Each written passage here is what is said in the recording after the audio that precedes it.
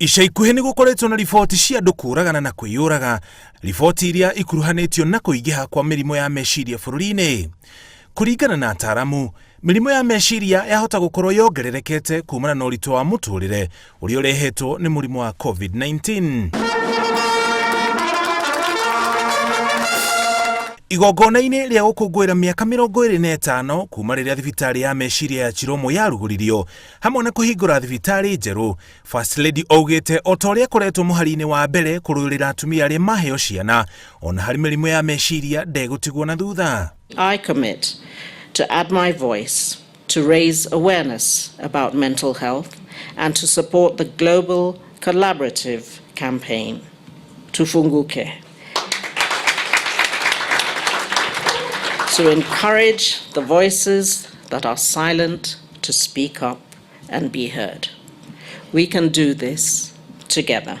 Kuma tene mĩrimũ ya meciria ĩkoretwo ĩtekũmenyeka wega nĩ mũingĩ, ũguo arĩa marwara mĩrimũ ĩno magatiganĩrio kana gũkerĩkana nĩ marogetwo kana kũrumwo, ũguo magathutũkanio. We all know of or have heard of someone who has battled with mental illness.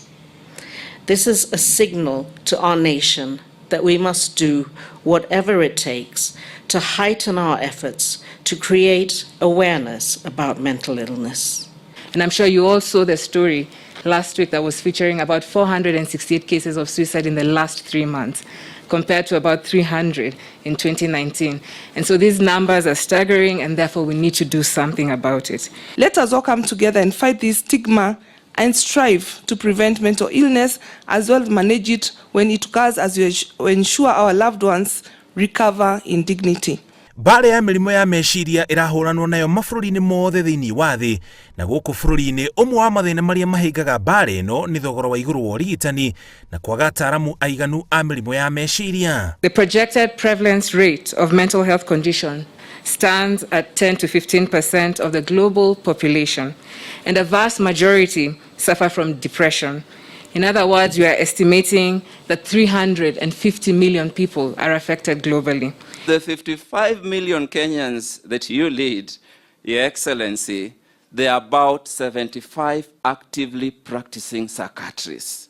That ratio, we are sure that working with the Ministry of Health will continue to enhance that number to provide dignified quality mental health care. Mwaka wa 2019, President Kenyatta nĩ athondekire kamĩtĩ ĩrĩa yaheirwo wĩra wa gwetha kĩhonia gĩa thĩna wa meciria bũrũri-inĩ, na mamwe ma mendekithia ma kamĩtĩ ĩno nĩ gwaka werũ thibitarĩ ya meciria ya Mathari. In the coming few months to years, we shall be moving Mathari Hospital from its location all the way down to Karen Gong area, in an area that's pristine, that allows for light, for green spaces, and for more recovery and, recovery in dignity. We need to be aware of the cost of untreated mental illness, the loss of school days, loss of work days, dropout, marital distress, and also lost opportunity cost, the economic effects of individuals who are not functioning at full capacity.